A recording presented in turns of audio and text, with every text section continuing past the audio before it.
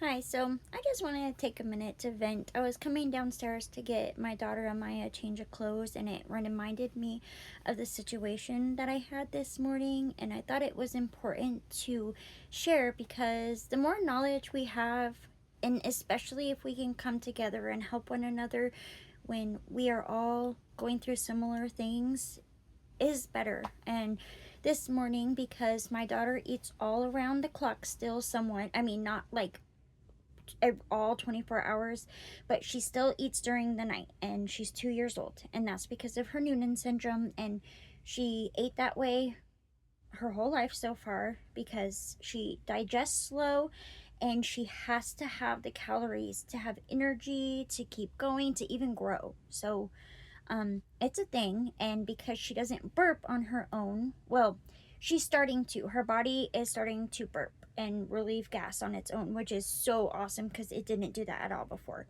So I have to still vent her. And because we're also in this situation where we are trying to not let her body rely on us venting her so she can learn to do it on her own, we kind of run into situations like this morning where she wakes up throwing up, and it just is ridiculous because, well, no one can really help it. So we gotta get through it together though, right guys? So anyway, I just wanted to share because it was so scary. There's nothing more scary than to watch your child like aspirate and then not be able to breathe and then get sick and finally get it out. And but we're gonna get there.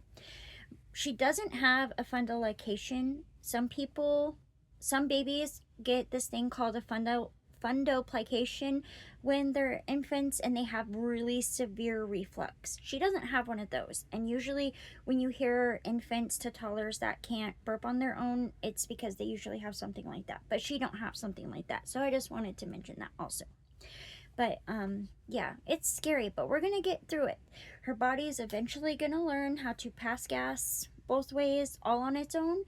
Eventually we're going to not have to vent her. I mean, look, we didn't think she was ever going to be able to eat on her own, and now she's eating not just bottles, but she's eating table food, and we didn't know if she was ever going to get to this point. So she's no longer eating through her G tube because it's unnecessary, because she's able to eat orally now. So that just goes to show it's gonna happen. We're gonna all get through these times. And just know that, that's what these platforms are. It's to share, to bring knowledge to one another. Anyway, God bless you all, and I pray your families have a